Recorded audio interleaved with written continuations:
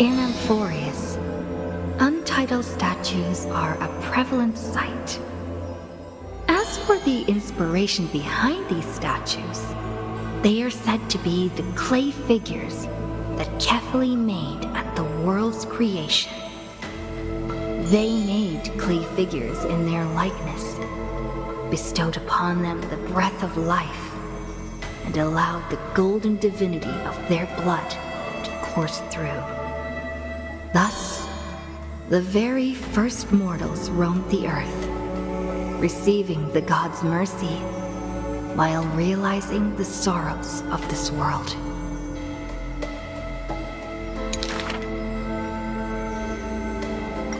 In front of a statue, the people of the holy city beheld a man, Phainon of Ides Elysiae. He never spoke of his origins, only using this name to nonchalantly identify himself. That's not really his name, is it? People cast sidelong glances at him, their minds swirling with doubt. The man merely responds with a breezy smile, neither confirming nor disproving their speculation.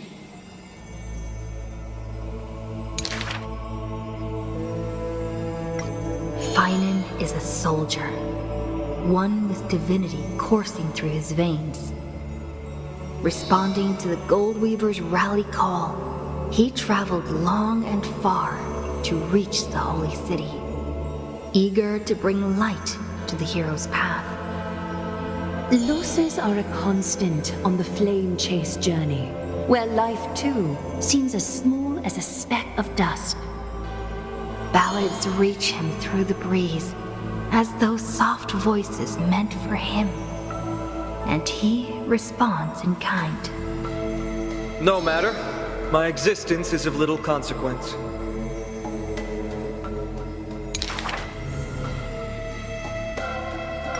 Ides Elysiae, the man's hometown, shrouded in secrecy, just like his past. Some have searched for that distant village, yet found it neither written about nor passed down through song.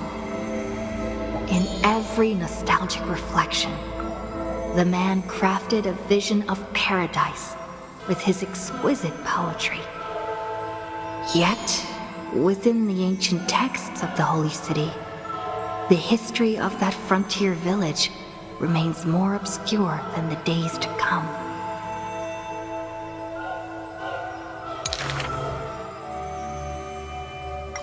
In the far-off future, the land of Amphoreus will bear the marks of the hero's footsteps. With sword in hand, the man will inscribe an eternal mark in the Chrysos epic. Yet his real name may never be heard in this world again. Losses are a constant on the flame chase journey. Some, too, losing themselves at the very beginning of their journey.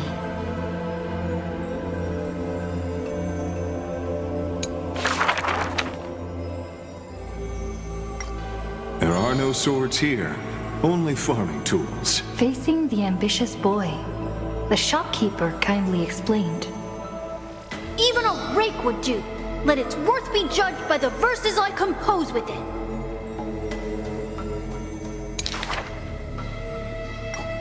Many days later, the wounded child stood upon the scorched earth, and silently he buried the ruined tool. For that was his first sword, and on the day that the black tide came, he broke the shackles of fate with that weapon true.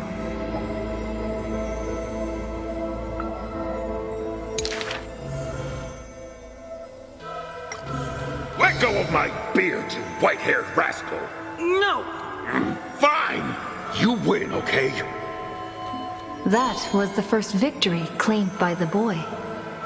A victory often mentioned in later years. and yet he never treated it with shame. I understood something thanks to his beard. The others hold their breath, waiting for his thoughts. But he only gives out one response. The victor must stay focused, and success will come when you work on nothing else. Those words became the foundation of his existence.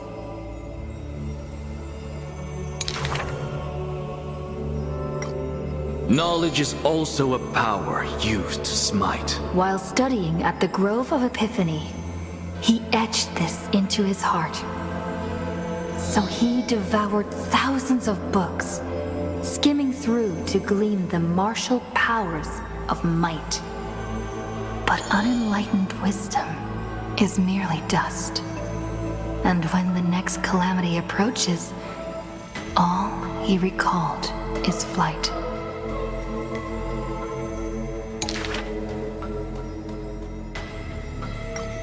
Thus, his books are always worn into shreds, for each book was read endlessly, till he remembered every detail slight.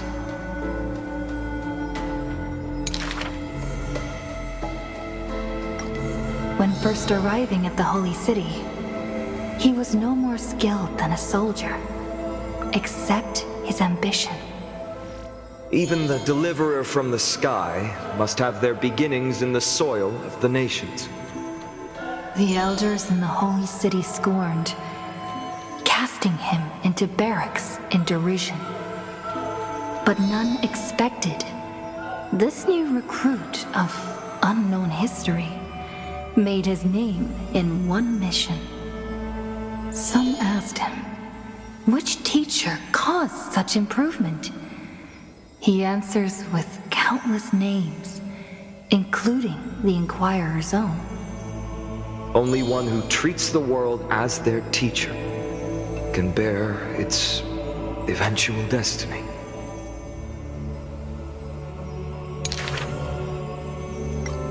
Those with golden blood are bound to succeed. The golden heroes are born as gods, beloved. Such words echo in the man's mind. Yet he knows glory is not where the journey begins. He misses the buried rake, worshipped the enemy with the long beard, mended his tattered books, and polished the barracks' dust-covered gear. What forges a hero is not destiny from above, but the long journey that follows.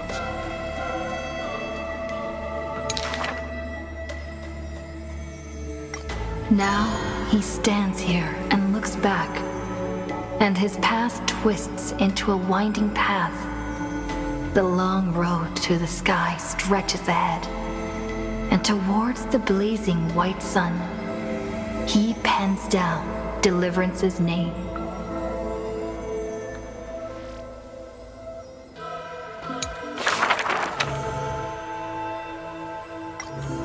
Phainon? Perhaps you're more suited to being a teacher's assistant. There was once those who misunderstood his alias. Phainon, an eventuality for students, a test for knowledge gained. It may bring wisdom to light and illuminate efforts, but the word's more common meaning is nothing less than the end. That's quite ominous. The man pretended to be surprised and responded with a smile. Though it does dovetail with our destiny.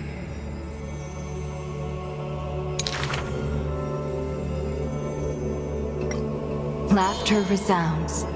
The man walks the land, leaving footprints filled with joy. Despite the weight of the past, he can always laugh it away. Those nearby glance at each other, unsure of how to respond. Perhaps I was just born easygoing. His explanation is just as carefree.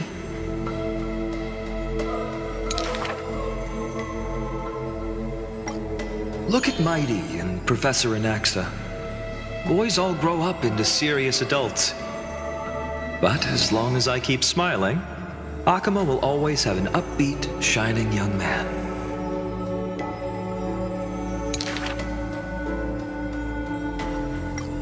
Though having said that, he too has quiet moments.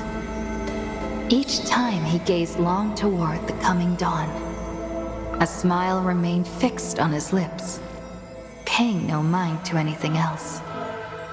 His eyes were painted with the azure of the sky, gaze fixed on the Titan bearing the world. I was just imagining. He explained his own trance in a comment. Kefali too was once in mortal flesh and raiment.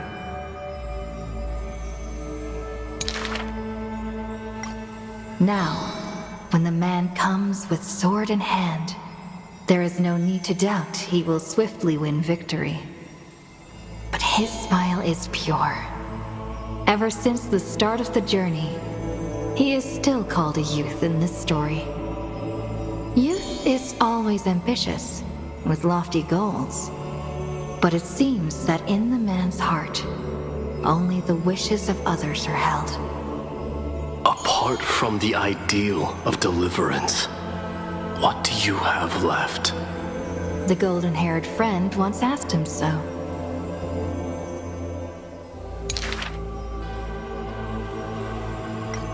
He remained silent. Then, as he was wont to do, he simply smiled. As long as I don't ask for too much, everything will unfold as desired.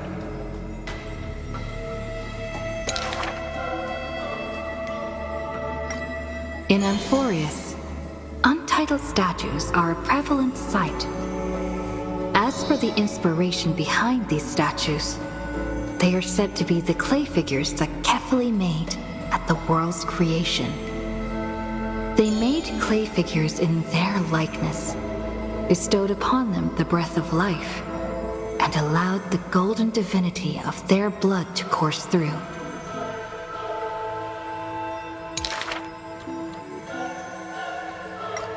Thus, the very first mortals roamed the earth, receiving the god's mercy while realizing the sorrows of this world. But that sorrow was, in the end, only the sorrow of the world. Nobody ever cared what lay behind the smile, what the clay figure thought.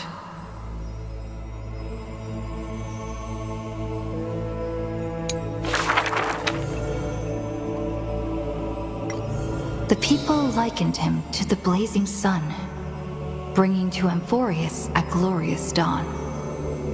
And for his part, he embraced their expectations, being willing to become the perfect vessel. Like that god who shouldered the world, the man never cried or frowned. Yet, he is not proud of his resolve, for sometimes he even avoids the funerals of the departed, only out of fear that he cannot cry for those in pain.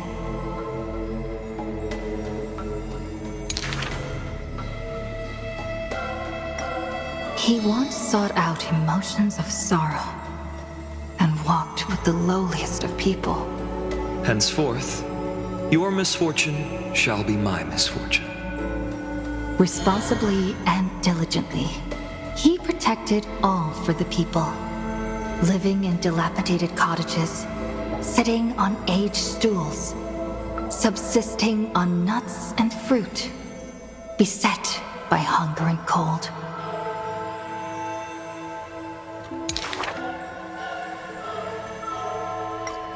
The people thanked him for his grace, like a hearth warming winter nights. The man's presence dispelled the cold, leaving warmth with promises of morrow. Whence does his warmth come from?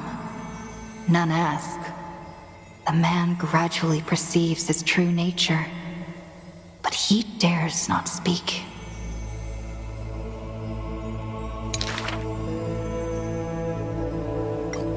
Unable to bear the turmoil in his heart, the man set off on a journey once more. Then I shall go save what I can. He was a formidable warrior, invincible in battle. And when it was necessary to sacrifice for fellows, he could do so with ease, giving up everything without a show. Just as the ballad blown on the breeze says, losses are a constant on the flame chase journey. Indeed, sacrifices were not hard for him, yet his misgivings grew with every tomorrow.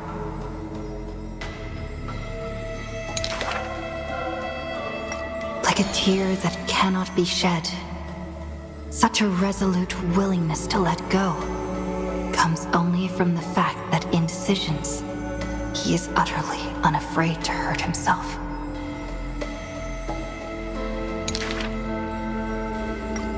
It is because you suffer that you are so much stronger than any ordinary person.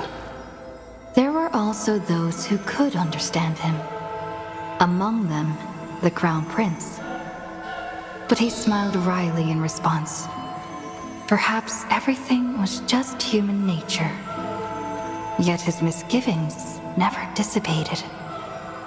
This unknown man, in an unknown corner, from time to time, is swallowed by terror. Could it be that, unknowingly, path I walk is by no means the correct one?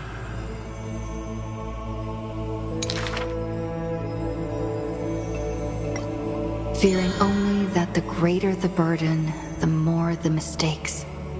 The road trod by heroes need not be that beset by thorns.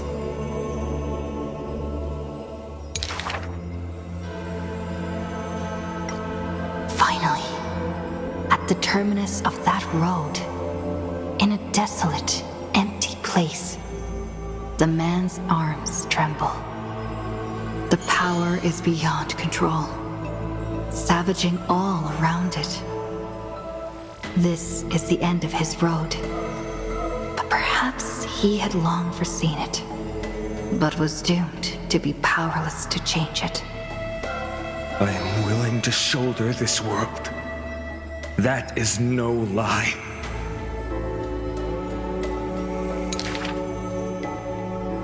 But before the tears could flow, they were vaporized by the heat. His light blazed brighter than the sun, but beneath it, there was but cold destruction. The nameless hero, Khaslana. He had never loved himself. Why would he love this world?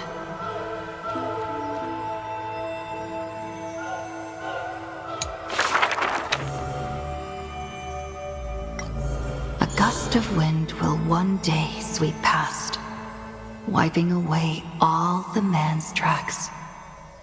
Nearly every footprint was stamped full of the fury that filled him. That humble youth faded away with the flames into yesterday. The first ray of light to pierce the long night was brought by the burning man. But the body that bore the weight of the world was forged by the fires of wrath.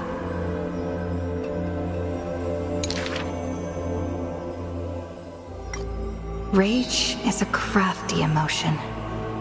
It changes its face, concealing itself within the man's life.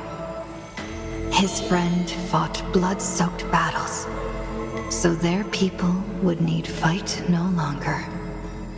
But every victory in battle he gained left him neither satisfied nor proud, only with the indifference of emptiness.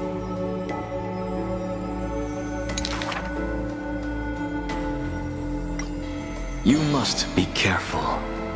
Duty does not drive you to wield your blade, but hate. His teacher kindly reminded him thus. And behind that hatred You seem to desire the destruction of the self.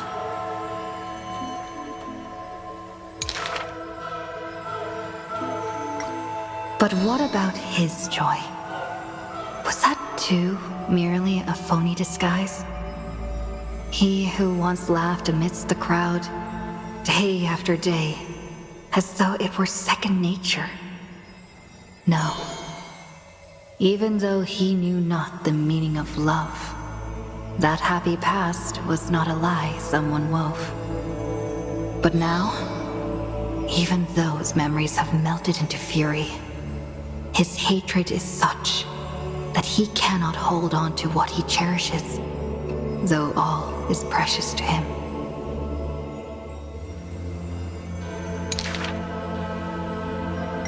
Fueled with lone courage, he attempted to resist fate. But the burning sun that shines upon all creatures, once fallen, will incinerate the land, becoming golden death.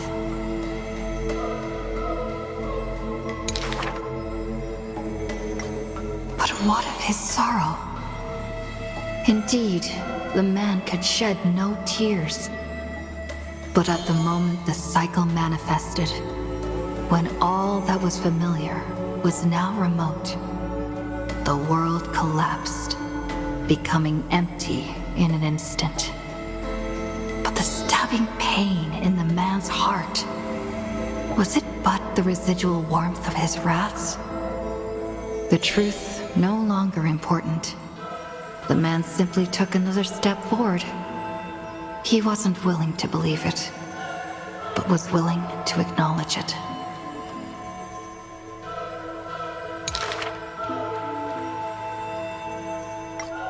There is no need to question your heart. No need to crave victory. If I am born to be a vessel of sin, then I shall roar at evil, and together with it burn.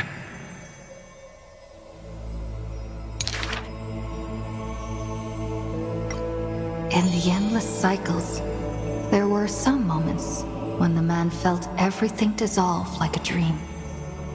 In that dream, he would awaken again and become once more the boy who loved to laugh.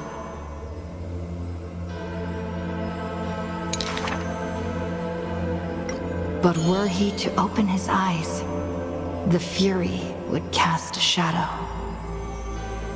He saw the creators choke his throat, gurgling and gasping. And in that boundless dream, he mistook them for his own jest.